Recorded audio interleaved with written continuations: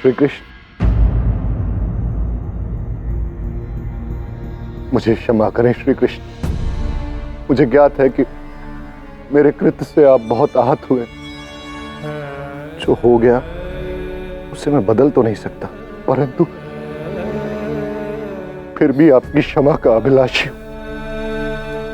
मेरे इस उपहार को स्वीकार करके मुझे धन्य कर दीजिए।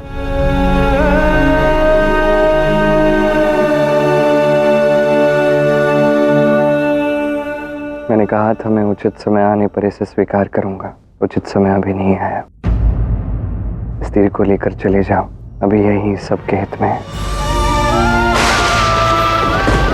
मेरी भूल का इतना बड़ा दंड मुझे मत दीजिए। मेरा ये उपहार स्वीकार कर लीजिए, मेरी विनती है।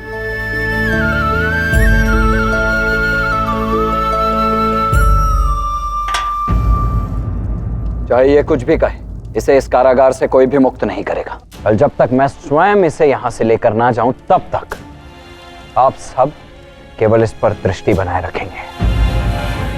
मुझे आशा है कि इस दंड के पश्चात तुम अपनी भूल का प्रायश्चित करोगे और ऐसी भूल भविष्य में दोबारा फिर कभी नहीं दोहराओगे।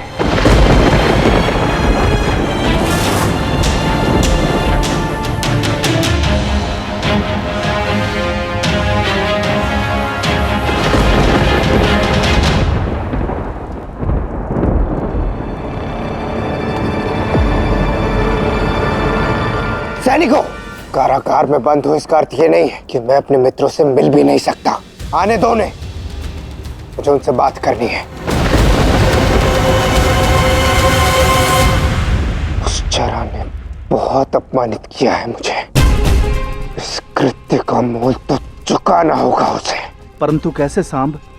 तुम्हारे दंड का तो कल अंत होगा और तब तक वो आखेटक द्वारका से जा चुका होगा। मैं यहाँ बंद हूँ,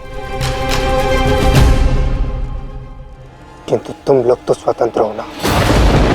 जाओ, जाकर उस आखेटक का पीछा करो और जब तक मेरा दंड समाप्त नहीं हो जाता तब तक मुझे उसकी हर एक गतिविधि की सूचना दो। और फिर कल यहां से स्वतंत्र होते ही मैं उस चरा का अंत कर दूंगा। ठीक है भगवान, मैं अपना ये उपहार लेकर द्वारका से प्रस्थान कर लेता, परंतु मेरी एक विनती है। केवल इतना सुनिश्चित कर दीजिए कि मुझे आपसे पुनः भेंट करने का एक और अवसर प्राप्त हो।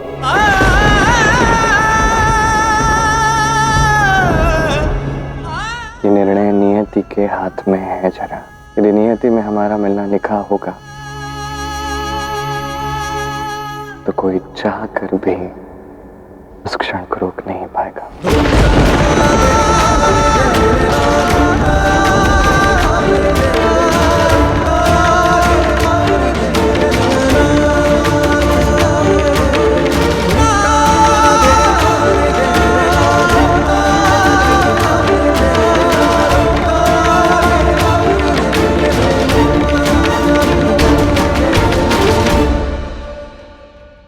द्वारका में जो कुछ भी घटित हो रहा है वो हृदय दहलाने वाला दृश्य है महादेव। एक तरह से अच्छा हुआ कि ये सब देखने से पूर्व ही राधा ने पृथ्वीलोक छोड़ दिया, अन्यथा उसे अत्यंत दुख होता। अब मैं स्वयं गोलोक में राधा के आगमन के लिए सारे प्रबंध करूंगी। अंततः राधा ने पृथ्वीलोक पर 100 वर्ष पूर्ण किए। एक क्षण पर कदाचित तुम्हें कोई भी सज्जा करने की आवश्यकता नहीं है। मेरा कहने का अर्थ यह था कि तुम क्यों कष्ट उठाती हो, हम अपने गणों से कह देंगे। महादेव, इसमें कष्ट की क्या बात है? राधा 100 वर्षों के पश्चात गोलोक में आ रही है। राधा के पुनः गोलोक आगमन के लिए सभी देवी देवताओं ने 100 वर्ष प्रतीक्षा की है, इसलिए सज्जा तो करना ही है और उनके आगमन के लिए एक भव्य उत्सव तो होना ही चाहिए। उचित है गौरी, यदि तुम्हारी यही इच्छा है तो यही सही। जाओ।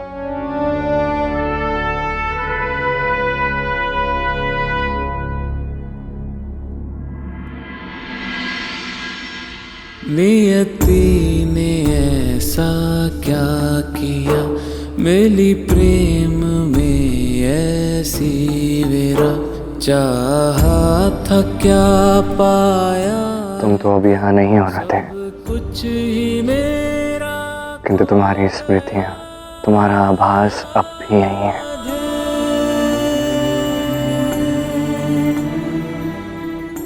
खाना, तुमने ऐसा क्यों किया? शाम को कारावास का ही दंड क्यों सुनाया? तुम उसे कोई भी दंड दे सकते थे, किंतु इसके पीछे दो कारण हैं दाऊ। पहला कारण तो ये कि सामने जरा का तीर छुराया है और वो अनुचित है। दूसरा और सबसे महत्वपूर्ण कारण ये है कि जब तक जरा पूर्ण रूप से प्रस्थान नहीं कर जाता, शाम को स्वतंत्र छोड़ देना उचित नहीं है।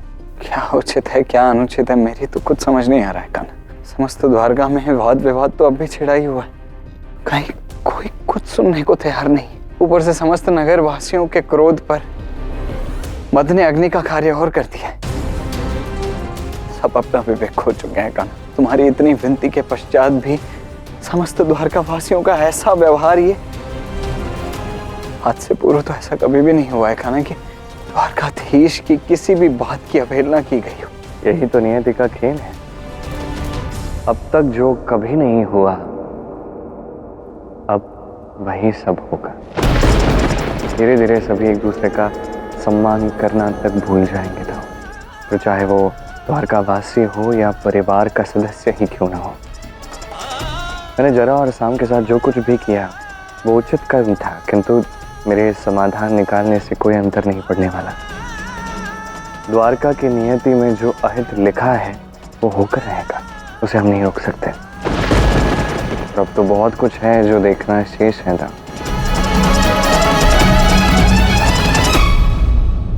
तुम्हारी बांसुरी कहाँ है कान्हा?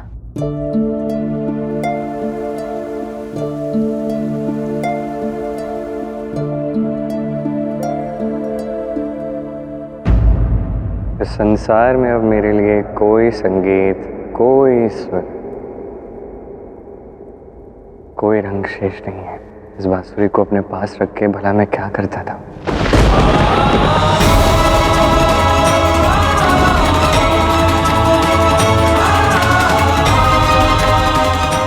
अब मेरा जो कुछ भी है सब गोलोक में है दाऊ।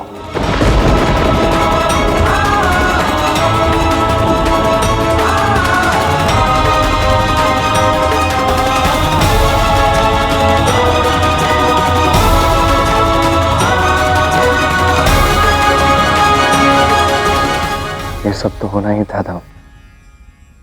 इस बात का दुख है मुझे कि राधा पृथ्वी लोक पर नहीं है, किंतु इस बात का सुख भी है कि अब राधा गोलोक में अपनी प्रेम की धारा बहाएगी।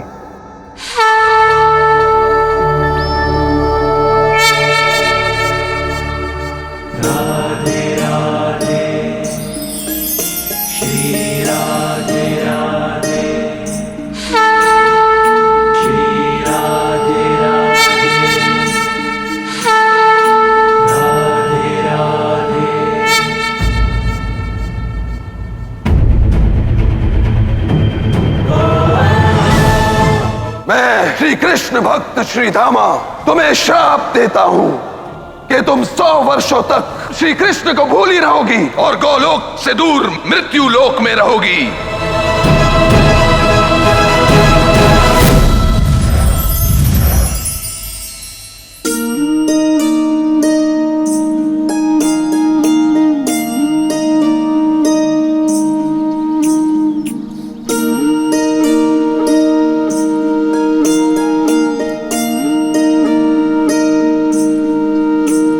गोलोक में तुम्हारा स्वागत है।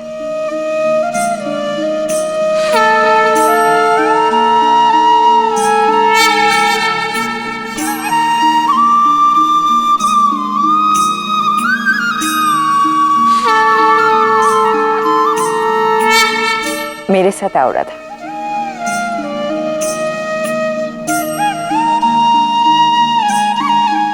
मैंने तुम्हारे स्वागत के लिए सभी सज्जा पूर्ण कर ली है।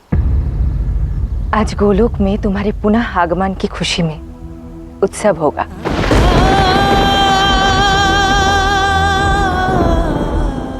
राधा, तुम्हारे मुख पर इस अप्रसन्नता का कारण क्या है? क्षमा करना देवी, परंतु इस उत्सव का मेरे लिए कोई मूल नहीं है। मैं तो स्वयं यहाँ पृथ्वीलोक छोड़कर गोलोक आ गई हूँ। कृष्ण तो वही पृथ्वीलोक में है ना, और द्वारका में जो परिस्थिति है उससे दाऊ और कृष्ण को कितनी पीड़ा हो रही है। फिर मैं इस उत्सव का आनंद कैसे ले सकती हूँ देवी? तुम उचित कह रही हो राधा। गोलोक में तुम्हारे पुनः आगमन की खुशी में एक पल के लिए मैं तो भूल ही गई थी कि द्वारका की स्थिति क्या है। मुझे कैलाश वापस जाना चाहिए।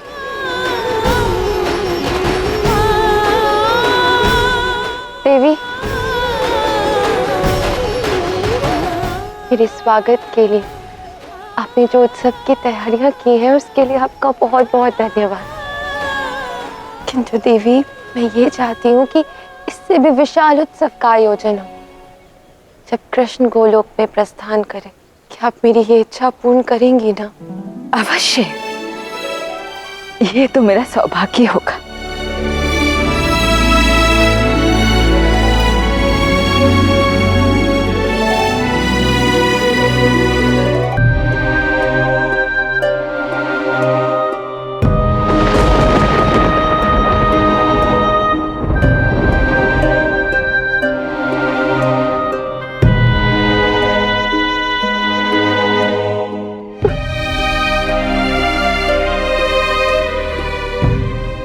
हे श्री कृष्ण,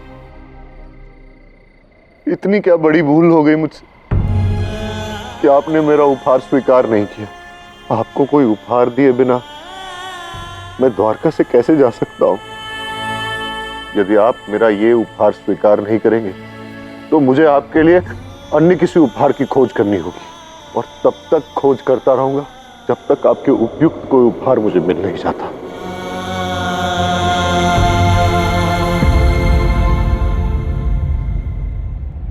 श्री कृष्ण, हृदय बहुत व्यथित है ना आपका। आप भोजन भी नहीं करना चाहते, किंतु मेरी विनती है आपसे, कुछ ग्रास तो ले लीजिए मेरे लिए।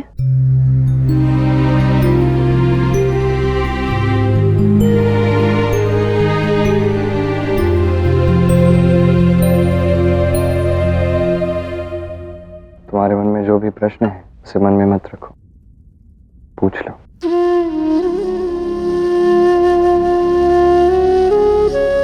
नहीं श्री कृष्ण, मेरे हृदय में कोई प्रश्न नहीं है। आपके हृदय की पीड़ा मुझसे अपरिचित नहीं है, और आपकी इस पीड़ा का कारण भी भली भांति ज्ञात है मुझे। जानती हूँ कि आपकी इस पीड़ा का कारण और कोई नहीं अपितु राधा है, क्योंकि वो सदा के लिए द्वारका को छोड़कर जा चुकी है। किंतु ये सब भला तुम्हें कैसे ज्ञात, रुक्मिणी? राधा को तो भली भांति जानते ही है ना आप। बिना ये सुनिश्चित किए कि कोई आपका ध्यान रख रहा है, वो आपको छोड़कर कैसे जा सकती थी? क्या अर्थ है तुम्हारा?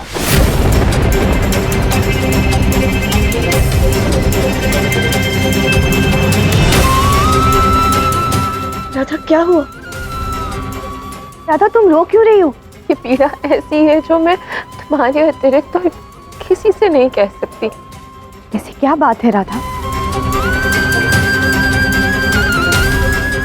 मेरा अब द्वारका और कृष्ण को सदा के लिए छोड़कर जाने का समय आ गया। ये तुम क्या कह रही हो? मुझे क्या अर्थ है कि तुम्हारे मन में कई प्रश्न उठ रहे होंगे रुक्मिणी, परंतु तुम समय के साथ सब समझ जाओगी। बस तुम दुखी मत होना। कैसे दुखी ना हो राधा? तुम द्वारिका का हृदय हो राधा। तुम्हारे बिना यहाँ सब कुछ रिक्त हो जाएगा, और तो श्री कृष्ण के हृदय पर क्या बीतेगी राधा, कुछ तो सोचो। इसलिए तो यहाँ तुम्हारे समक्ष आई हूँ। मेरे यहाँ से प्रस्थान करने के पश्चात तुम्हें ही तो कृष्ण का ध्यान रखना है ना। ये अकेलेपन में पूर्णतः उसका साथ निभाना है, और तुमसे अधिक उसकी पीड़ा और कोई नहीं समझ सकता रुक्मिणी। इसलिए मुझे वचन दो कि आज तक जिस प्रकार तुमने कृष्ण का साथ दिया है, उसका ध्यान रखा है, उसी प्रकार तुम उसका साथ दोगी रुक्मिणी, उसका ध्यान रखोगी।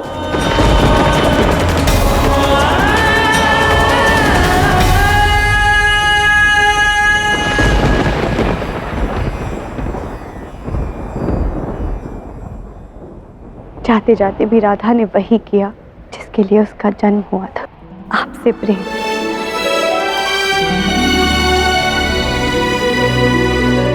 मैंने राधा से वादा किया है और मेरे इस वचन की लाज रखना आपका कर्तव्य है। इसलिए आज से जैसा मैं कहूं आपको वैसा ही करना होगा। आप निश्चिंत रहें, मैं आपसे कुछ नहीं पूछूंगी, कुछ नहीं जानना है मुझे। जब भी आपको अपने हृदय की बात बताने की इच्छा हो तो आप मुझे बता दीजिएगा। मेरे हृदय में राधा के लिए जो प्रेम है उससे तो संसार परिचित है, किंतु तुम्हें तो ज्ञात है ना कि मैं तुमसे भी अत्यधिक प्रेम करता हूँ। आपको अपने प्रेम का प्रमाण देने की कोई आवश्यकता नहीं है श्री कृष्ण। क्या उपहार दे सकता हूँ मैं श्री कृष्ण को? श्री कृष्ण को अन्य उपहार देने के विचार में कितना समय व्यर्थ कर रहा है ये।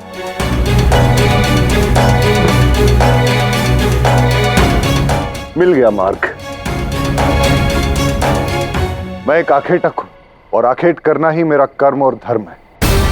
यदि श्री कृष्ण को मेरा ये तीर उपहार के रूप में स्वीकार नहीं तो क्या हुआ?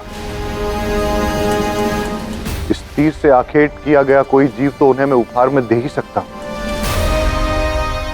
मैं इस वन के सबसे अद्भुत जीव का आखेट करूंगा और वही होगा श्री कृष्ण के लिए मेरा उपहार। जरा ने पुनः आखेट करने का निश्चय कर लिया है। वो ऐसा क्यों कर रहा है महादेव? जो कुछ भी घटित हुआ है उसके कारण जरा के मस्तिष्क में क्रोध ने घर कर लिया है। अब जरा की भेंट एक ऐसे व्यक्ति से होगी जो केवल इस संसार का ही नहीं अपितु समस्त ब्रह्मांड का सबसे विशेष व्यक्ति है। त्रिदेव का एक अंग है। अब तो जरा का वो बाण स्वयं ही मेरे आराध्य श्री कृष्ण को ढूंढ लेगा।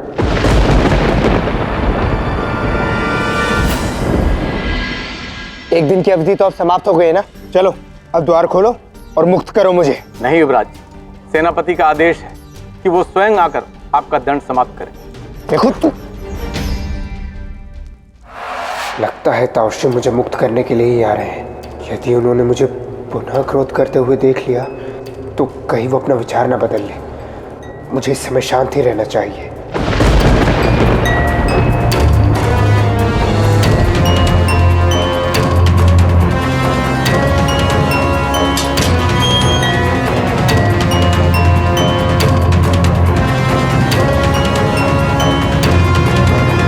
मुझे क्षमा कर दीजिए ताउशी, मुझसे बहुत बड़ी भूल हुई है। यदि तुम्हें सत्य में अपनी भूल का प्रायश्चित हुआ है तो क्षमा मुझसे नहीं अपने पिताश्री से मांगो साहब। आओ मेरे साथ। एक बार ये क्षमा याचना का नाटक समाप्त हो जाए, उसके पश्चात उस जरा को उसके किए का दंड मैं अवश्य दूंगा।